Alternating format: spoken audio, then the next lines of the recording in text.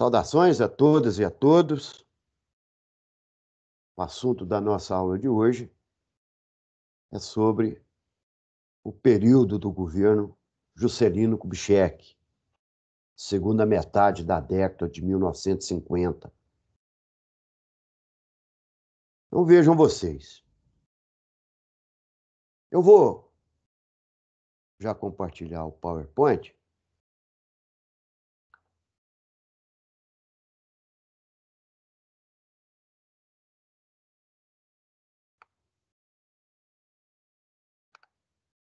Com o texto, com o título dessa aula, que é o Nacional Desenvolvimentismo. E vamos aí falar sobre o que foi esse nacional desenvolvimentismo durante o governo de Juscelino Kubitschek. Primeiro, nós vamos tratar aí da 50 anos em 5, que é o seu discurso de campanha. Vamos desenvolver o Brasil 50 anos em 5 anos, nos próximos 5 anos. Né? Mas vamos recuperar um pouquinho. Nós chamamos de República do Galeão. Nós vimos recentemente falar de República de Curitiba. Então, portanto, na história do Brasil, essas nomenclaturas geralmente são apontadas como movimentos que se impõem, né, sobre as eleições presidenciais no Brasil, ou condições que são desenvolvidas, né, tramas desenvolvidas que visam interferir nas eleições majoritárias, as eleições presidenciais. A República de Curitiba foi agora, recentemente, com o governo, o ex-presidente Lula, o governo do Partido dos Trabalhadores, e lá, a República do Galeão, nos anos 54, é acerca da derrubada do presidente Getúlio Vargas e interferir nas eleições presidenciais de 1954. Ora, já tinha dito a vocês anteriormente que o Getúlio, durante o final, em agosto de 1954, o principal opositor do Getúlio, o jornalista Carlos Lacerda, sofre um atentado. Nesse atentado, morre o seu motorista, que era um major da aeronáutica. Ele era governador da Guanabara, ou seja, do Distrito Federal, opositor do Getúlio, ferrenho, talvez o mais ferrenho dos opositores do Getúlio, né? Um dos membros proeminentes da UDN, a União Democrática Nacional. Ele sofre esse atentado e, nas investigações policiais, a aeronáutica resolve trazer a investigação para dentro da aeronáutica, com a desculpa de que o motorista era um membro, um oficial da aeronáutica, né? Então, ali no desdobramento daquelas investigações, vão chegar ao chefe da guarda pessoal do Getúlio, chamado assim Galeão, porque é o aeroporto do Galeão, sede, né, da aeronáutica no Rio de Janeiro, no Distrito Federal, à época, né? E eles exigem, chegando a... Então, a oposição, o Carlos Lacerda, aí vai, né? Só tem uma certeza na vida perante Deus, é que esse indivíduo é o autor, né, do atentado, que é Getúlio Vargas. Então, apontam ele como mandante do crime. partir dali, você gera uma crise, os militares começam a tirar apoio ao governo, os próprios auxiliares de Getúlio começam a se debandar, o Getúlio, e daqui eu só saio morto. E como saiu morto no dia 24 de agosto de 1954, quando ele se suicida com um tiro no coração. Então, é chamado assim porque ali dentro do Galeão, né, se orquestrou o fim do governo Vargas, o fim da era Vargas. Mas, no entanto, a coligação entre PSD e PTB, né, ela vai continuar. E eles lançam um candidato muito popular à época, Juscelino Kubitschek, mineiro, de Diamantina, seresteiro, né? Fora prefeito de Belo Horizonte, intervenção, no Estado Novo, deputado federal, governador de Minas Gerais, saiu candidato à presidência da República pela coligação PSD-PTB. Pelo PTB, saiu o ex-ministro do Trabalho, que dera 100% de aumento ao salário mínimo no governo Vargas, o varguista ferrenho e agora herdeiro desse varguismo, desse populismo, é o também gaúcho de São Borja, João Goulart, sai candidato a vice. A Constituição de 1946 determinava que o presidente e o vice-presidente poderiam ser eleitos em chapas diferentes. Então, o Juscelino é eleito presidente pelo PSD e o João Goulart é eleito vice-presidente pelo PTB. Então, ali continua, né, essa aliança entre a oligarquia conservadora, nacionalista, e os trabalhadores, né, por assim dizer, representados pelo o trabalhismo, representado pelo PTB. Então, vence as eleições. A Cruzada Brasileira Anticomunista, um órgão dentro da UDN, tenta, né, sob de novo o argumento de que, para reconhecer a eleição do Juscelino, ele teria que ter maioria dos votos, mais de 50% dos votos, o que não rezava na Constituição, na lei, portanto, era um argumento sem sentido, mas uma grande propaganda, especialmente pela tribuna da imprensa, incitando a população contra os candidatos do PSD e da UDN e do PTB, e que eram ladrões do povo brasileiro, né? Essa conversa que a gente já conhece há muito tempo, né? Esse é um ladrão, roubou o povo, não sei o quê, né? Mas quando o Getúlio morre, assume o vice Café Filho. Café Filho é do S, assume Carlos Duz, presidente do Congresso Nacional, né? E o Carlos Duz se junta a esses golpistas da UDN na campanha contra a posse do então eleito presidente e vice-presidente Juscelino Kubitschek e João Goulart. Percebendo a manobra, e inclusive depõe, dispensa o ministro da Guerra, que era um getulista, um legalista, um constitucionalista, o general Henrique Lott. Quando o Henrique Lott percebe a trama que estava armada, ele coloca o exército na rua, o primeiro exército no Rio de Janeiro, ocupa prédios públicos, ocupa rádios, emissoras de rádio, né? E exige que a Constituição seja atendida, né, cumprida e, portanto, garante a posse do Juscelino Kubitschek e de João Goulart, né? Esses líderes, especialmente Carlos Lacerda, Carlos Duz e outros, né, que participaram dessa tentativa de golpe, são todos né? Refugiam lá no navio da Marinha, né?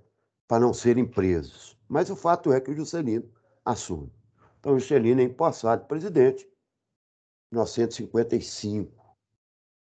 Ora, o Brasil era claro para essa burguesia nacionalista, para essa, né, que não havia como se desenvolver o país sem uma indústria de bens de consumos duráveis e bens de capitais.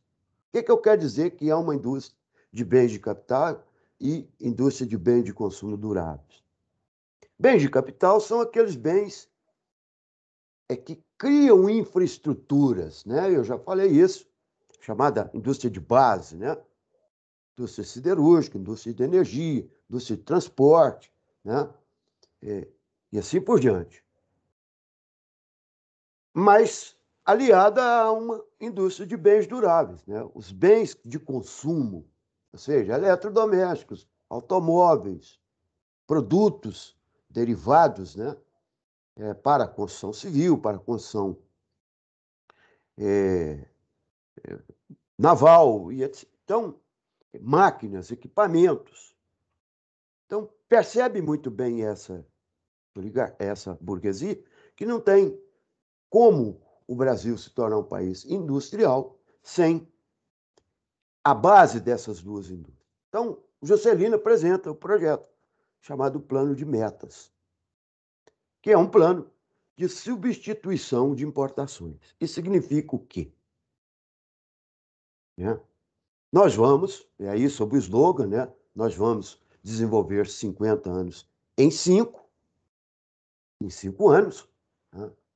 Que o Brasil levaria 50 anos para se desenvolver industrialmente, nós vamos fazer isso em 5 anos. E como é que ele faz isso? Qual que é a estratégia do Kubitschek para isso? Né? Aos bens de capital, o Estado vai investir, ou seja, na construção de estradas, na construção de portos, na construção de aeroportos, né? Na construção civil, e aí entra a construção de Brasília, na construção de mais siderurgias, é o caso, por exemplo, da Cosipa, da Usiminas, Cosipa, Companhia Siderúrgica Paulista, Usiminas, usina, né, siderúrgica de Minas Gerais, além da CSN, Companhia Siderúrgica Nacional, lá em Volta Redonda, no estado do Rio de Janeiro. Então, amplia a base, né, desses bens, dessa indústria de base, novas hidroelétricas, né? Coloca-se aí, por exemplo, Três Marias, né? Furnas e outras, né? Então, isso, abertura de né, milhares de quilômetros de estradas, inclusive estradas levando à capital, né? Quando ele interioriza a capital do Brasil, né? Tem todo ali um aparato ideológico de centralizar a capital para irradiar dali o poder para todo o Estado brasileiro, né? Vejam vocês que o Rio de Janeiro é uma cidade litorânea, sujeita a ataque de navios, de submarinos, né? Sede do governo. Agora não, agora coloca-se a capital lá no centro do Brasil, no Planalto Central, né? E ali irradia. De fato, Brasília é um irradiador de desenvolvimento, né? Esse Brasil agora que é muito litoral, agora ele vai se interiorizar, especialmente na região, né, centro-oeste, para a região norte, né? Então, é o grande desenvolvimento chegando. Então, muitas estradas levando as capitais diversas, né, do país para a capital da República. Então, a esses bens de capital, o investimento do Estado. Aos bens de consumo duráveis, a internacionalização da economia. Significa o quê? Abriu para o capital estrangeiro. Com a seguinte prerrogativa: a isenção de cobertura cambial. O que significa isso? Se nós pegarmos aí, durante um pequeno espaço de tempo, em que ali, a partir de agosto até outubro de 54, quando Café Filho, vice-presidente Getúlio, assume após a morte do Getúlio, o seu ministro da Economia, ele lança o que nós chamamos de SUMOC, foi chamada à época Superintendência de Moeda e Crédito. Significa o quê? Isenção de lastro cambial para importação de máquinas e equipamentos por empresas estrangeiras. O que eu quero dizer com isso? Para você comprar equipamentos e máquinas estrangeiras, dos Estados Unidos, da Inglaterra, Alemanha, etc., era necessário que você comprasse dólares. Então, o governo botava dólar, leiloava dólar, você ia lá e comprava dólar. Aquele dólar era para você pagar a máquina e o equipamento importado. Agora não.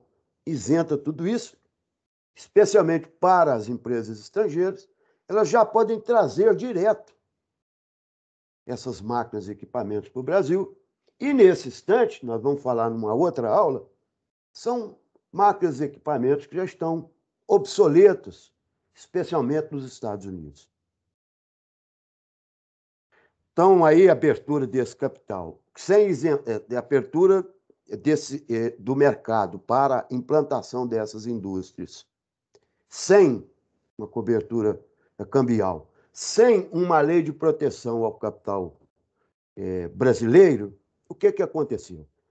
Grandes empresas de bens de consumo duráveis vieram para o Brasil. Indústria de automóveis, indústria de eletrodomésticos,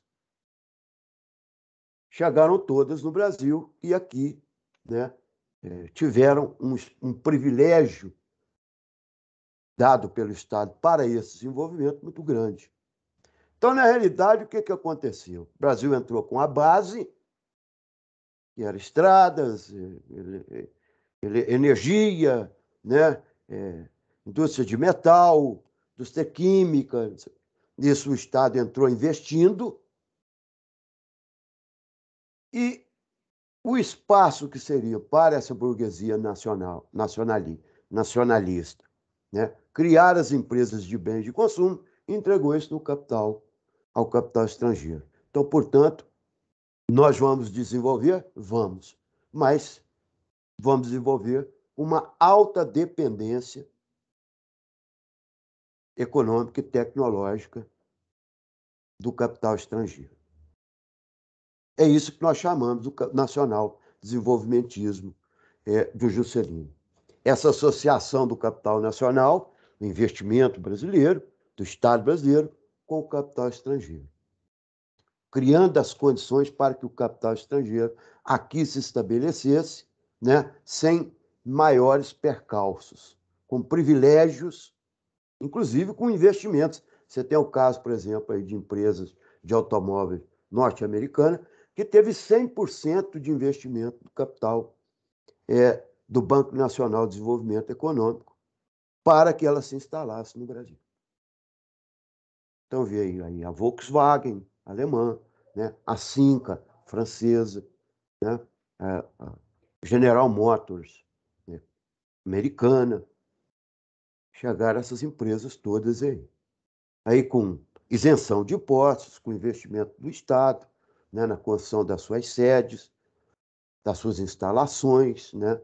Uma lei que não protegia, que não legalizasse ou normatizasse a remessa de lucros.